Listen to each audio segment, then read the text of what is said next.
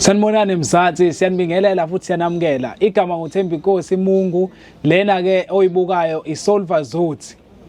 Siyajabula ke ukuthi iphinde sibukunye nani kwi-episode yethu yanamhlanje.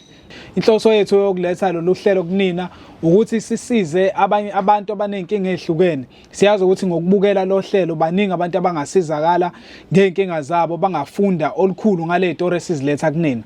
So namhlanje nje sokhuluma nosisi wami la eduze kwami, udaba lakhe ngithe mangiluzwa ngokwami ngezwe ukuthi impela kufanele ukuthi singenelele kulosisi ukuze mhlambe alithole usizo naye ngendlela ekuyisimo sakhe esiyona. Ngizocela ukuthi ke ngidedele usisi wami ke njengamanje kube uyena ozosichazela kahle kahle ukuthi udaba lwakhe lume kanjani.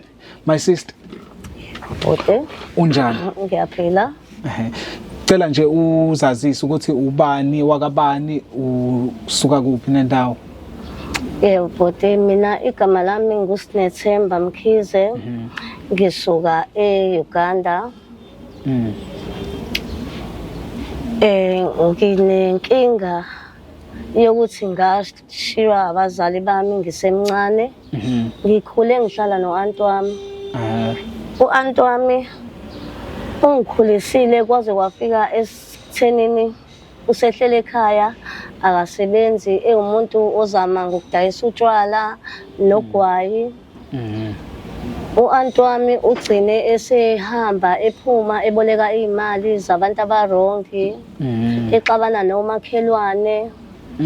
Ilapho engcine sengeka khona ngisho isikole, engenawo ngisho imali yokuthi angifake esikoleni. Ekuhambeni kwesikhathi u-anti bekunobhuti abajwayele ukufika kuyena bezodla, bemvakashele, kudliwe inyama, baphuza utshwala. Ngelinye ilanga athi u-anti kunabantu abezayo nge-weekend, kunezinto angithengele zona engizoyigqoka uma sebefikile. Uma befika labo bhuti ngomgqibelo usephekile u-anti, athi imina ozobahambisela ukudla. Ngithe ngisabahambisela ukudla, u-anti waphuma wahamba waya njengomuntu oya kamakhelwane ozobuya manje. Bathe uma beqeda labo bhuti ukudla ngale ngabadishela bonke, omunye wasukuma weza kumina ekamereni. Ngihleli ekamereni, uyangena uyangibuza ukuthi yini engifisayo empilweni. Ngimchazela, ngibuza ukuthi enjenganani. Abuza ukuthi angifisi ukuba nemoto yami, ngibe nomuzi wami. Ngimtshela ukuthi ebantwaneni abangangami akekho ongakufisi lokho. Ngithe ngisakhuluma naye, wasukuma wasondela kumina, wangithinta. Uthe esengibambile wangiphushela embhedeni, wangivala umlomo, wangelala, waqeda ukungikubeza. Bangena nalaba abashiyile edining, bangena ekamereni, bashintshana ngami ngamunye. Engaphaphama okugcina eseqedile kwaba kuyima u-anti wami eqhamuka, sengisele ngedwa ekamereni. Inzima sisi wami lento oyishoyo. So u-anti uma umtshela ngalento eyenzekile kuwena yenziwe yilabantu, wathini? Wa-react kanjani? Akakhombisanga ukuthuka ngoba wathi sonke lesi sikhathi naleminyaka ubaba ebengishiye kuye, iyona ndlela nami manje le engizomkhokhela ngayo, iyona into abengikhulisele yona.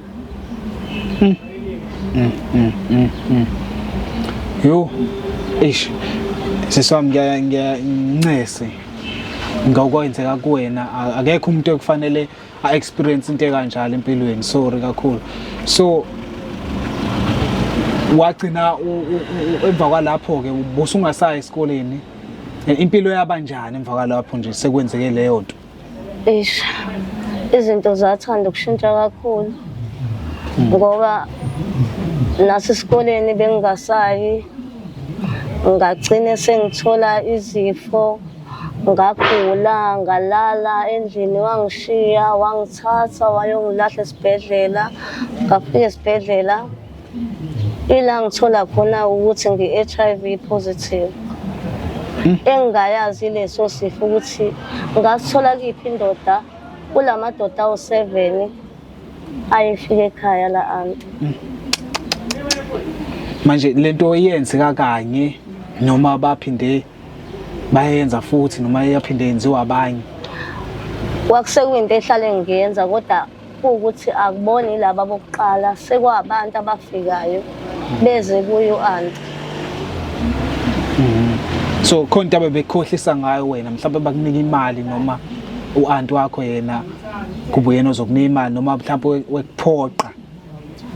Wayengiphoqa u-anti ngoba yonke into yayithathwa yena.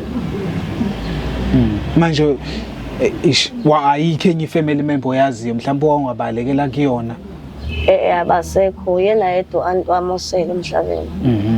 Awuzakazi uzame mhlawumbe ukumreporta emaphoyiseni noma ukumreporta nje noma nguphi u-anti wakho ngalento embi ayenza kuwena? Akulula ngoba izinto asayikhuluma nabantu azwana nabo nalamadoda ahlale ewaletha endlini. Angitshela ukuthi uma ngazama ukukhuluma ngicele into ewusizo kuyobe sekufa kwami phelile ngempilo yami. Aykezwakala siswami. Manje njengoba usulana ke la esithulana khona, so ufike kanjani la kwenzakalani? Usahlala nayo anti noma? Cha bhuti, kwakuyisebusuku ngelinye ilanga. Ngasuka endlini ngajomba ngahamba ngafika edolobheni langasekhaya. Ngancamela ukuhlala khona, yilapho-ke ngafunda khona ukubhema ogwayi, ngabhema insangu, ngagcine sengibhema yona-ke iwunga le ebulala izwe, ngagcine sengiwumuntu ohlala emgaqweni. Eish. Yani so manje ekubhemeni kwakho wawuzama mhlambe ukukhohlwa ilento eyenzeka kuwena noma like busuyithatha kanjani nje lento eyenzeka kuwena? Engingakusho bhuti wami ukuthi ukubhema kwami nokuhamba kwami ekhaya, into eyangihlukumeza kakhulu i-HIV positive. Iyona eyangigcina sengithola ukuphuza utshwala, ngibhema ogwayi, ngibhema iy'nsangu, ngizama ukulala. Ngazi ngagcine ngingasalali uma ngiphuza utshwala, ngagcine sengibhema wona ama-drugs. Eish, ngoba ikuhlupha kakhulu lento. Yani manje uhlala kuphi sisi wami? Ngihlala khona la eSphili. La uhlala khona ukhona umuntu ohlala naye noma urentile noma uhlala eBridgini, uhlalaphi? Indawo bhuti wami esilala sibe baningi kuyona. Mantombazane abafana ngoba siyathenga khona. Nithenga ntoni? Into lesibhemayo bhuti. Oh. Manje labo uhlala nabo abakuhlumezi mhlawumbe bazama ukunobubeza, abekho abantu bazama ukuthatha iadvantage kuwena? Hayi ngaphakathi abekho, mhlambe ngaphandle-ke mangingaphumela ngaphandle. Okuwukona ukuthi la sihlala khona akukho safety bhuti ngoba sithi sisalele kufika amaphoyisa, kufika umphakathi uzoshaya, sigcine sikulimala nabangenacala, sigcine siboshwa, sigcine siphuma uhlale weekend yonke uyoziphuma ngomsombuluko ngento ongayazi ukuthi sifice kule ndawo esihlala kuyona. Eish. So imali yokuthenga lento oyibhemayo uthola kanjani? Ngiyacela yonke indawo, ngiyacela nabantu emgaqweni, ngigcine ngiwashela abanye nabanye bangisebenzise banginike iy'ngubo ngihambe ngidayise zona ukuze ngikwazi ukubhema nokudla. Okay, so my sister khona mhlambe ngiya understand ukuthi esikoleni wagcina ungakwazanga ukuqeda, yabo? Yeah. Khona into eyithalente noma iskill onayo nje empilweni yakho ubonisa okay ya lokhu ngiyakwazi ukwenza mhlawumbe mangathola usizo kukona ngikhule kukona yabo ukuthunga bhuti wami ukwazi ukuthunga yebo so wafunda so yena uanti ukazi usakhula yebo no so mawuqhunyelwa ishunikhi nje lento angizosofa ayithatha hamba yedayisa noma athathe mina ama-weekend singeke esikoleni yeah understand my sister so uma njengoba nje le show yethu ibukelwa abantu abaningi abahlukene so uma ngakhona umuntu mhlambe othi uyakuzohela mhlawumbe ufuna ukukusiza yabo intoni wena ongathanda ukusizwa kuyona ukuthi bangiphe usizo lokuthi ngiphume kulento engibhemayo ngithole indawo yokuhlala ngikwazi nami ukuphila kahle njengabo bonke abantu so my sister njengempilo yakho esikule situation okuyona manje ungabaxwayisa kanjani nje abantu abasemakhaya ababukayo nge-experience yakho nje impilo yakho kusuka ekuqaleni ukukhula kuze kube manje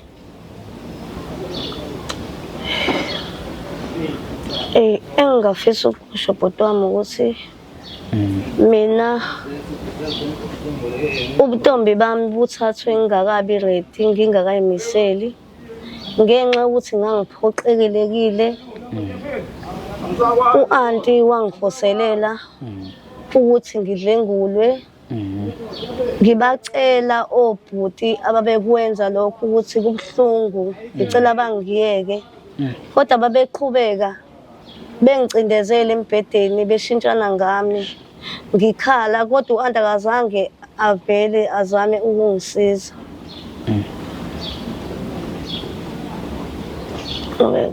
so leyo nto leyo iyona le eyakulimaza kakhulu ukuthi uzogcine bhema lezi zinto oyibhemayo so le situation okuyona manje yeah bhuti wami ngoba ukweqa kwami ngobunye ubusuku ngike ngazama ukuthi ngifike eThekwini ngiphante ngicela abantu imali ngiphathisa abantu ngoba ke izinsuku ayifani la sihlala khona uma ungenayo imali ngeke uyithole indawo yokulala uma ungathenganga ngeke uze uyithole indawo yokulala sikwazi ukuthola ukulala ngokuthi sibe nemali sithenge isidakamizwa sikwazi ukungena silala uthenge elinye ilanga ubheda ngagcine ngifika emgaqweni kukhona imoto namatruck kunomunye nje ubhuti osethe ukukhula owangibizayo wangibuza ukuthi ngidingani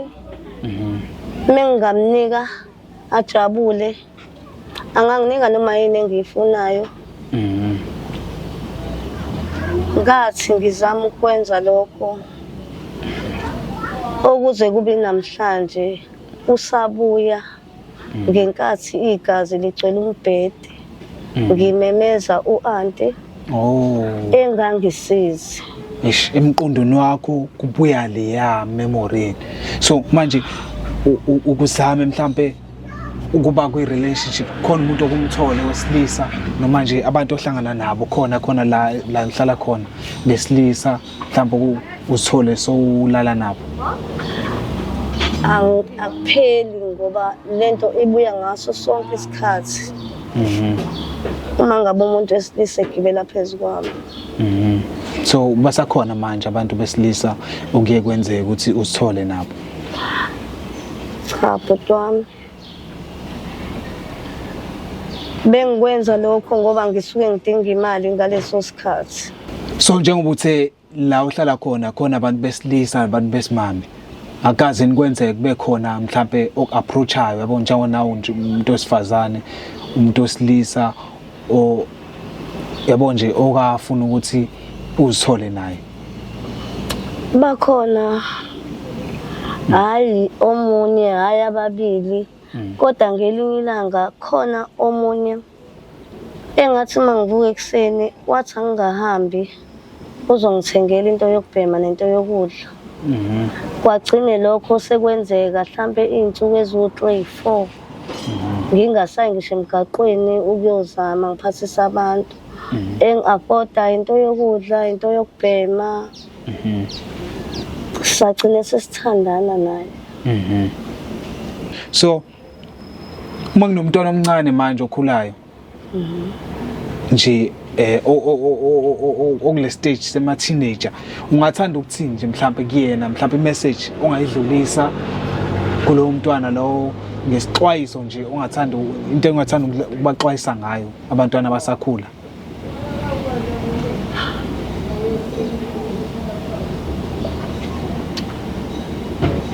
Ukuthi ibhuti wami abayiphathe kahle, bayigcine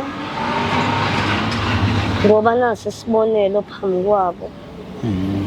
Ngilala ngikhona, ayikho nami indlela. Bekungiphoqa ukuthi ngibe la. Ingakho ngicela ukuthi ongaba namandla, ngiyacela angisize ngangaba namandla. So babukeli bethu, njengoba nisizwa-ke isitori sikasisi, ngizothi nje ukusummarize kancane. So usisi ngenkathi ekhula, ukhule no-anti wakhe efunda e-primary, uma wakhe ubesengasekho, ubaba wakhe futhi umuntu owengamnakile. So u-anti wakhe ube umuntu odayisa utshwala, enabantu abaningi abafikayo. So ukuhamba kwesikhathi ngenkathi ekhula usisi, u-anti wakhe wagcine ebona ukuthi usekhulile enough ukuthi usengakwazi ukumsebenzisa ukuthi amkhokhele izikweletu zakhe ebantwini abakweletayo ngokuthi alale nabo, uyabona, ukuze mhlawumbe akwazi nokuthi enze more imali naye futhi ukuthi bakwazi ukuqhubeka basurvive. So lokho kwamlimaza usisi, ngokuthi wagcina ese-rape abantu, u-anti wakhe ephume ewumuntu ozoshesha abuye.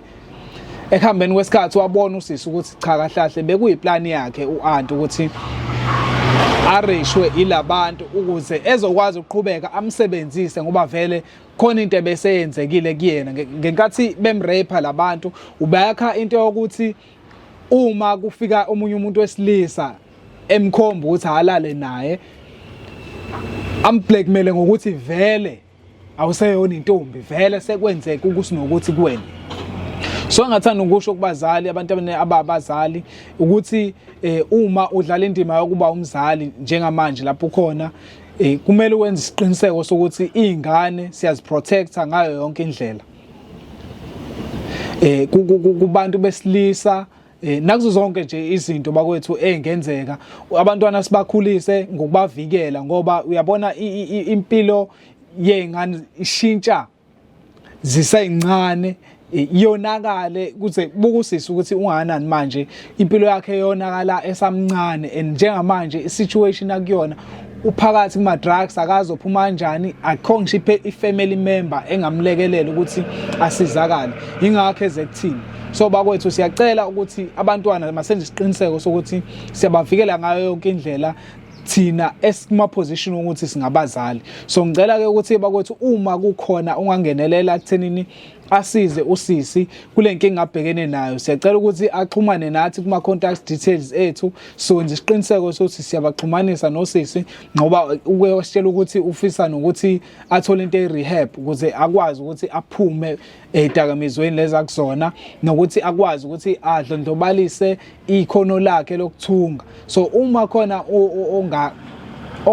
ongaba usizo noma ongaba nosizo lokuthi atakule usisi, ngoba sisonke singabantu abamnyama, sonke siyadingana, sonke umuntu ngabantu. Sicela ukuthi uma khona umuntu ongakwazi ukulula isandla asilule, alekelele. Nangu usisi wami eduze kwami udinga usizo lokuthi aphume edakamizweni, akwazi nokuthola itherapy, adlulise emqondweni wakhe lento emhluphayo impilo yakhe yonke. So sicela ukuthi ke bakwethu nenze into right lapho, ni subscribe, ni share ukuze sikwazi ukuthi nathi siqhubeke sinilethele abantu abadinga usizo kanjena ukuze bakwazi ukuthi basizakale, bashintshe nabo impilo zabo. Danko.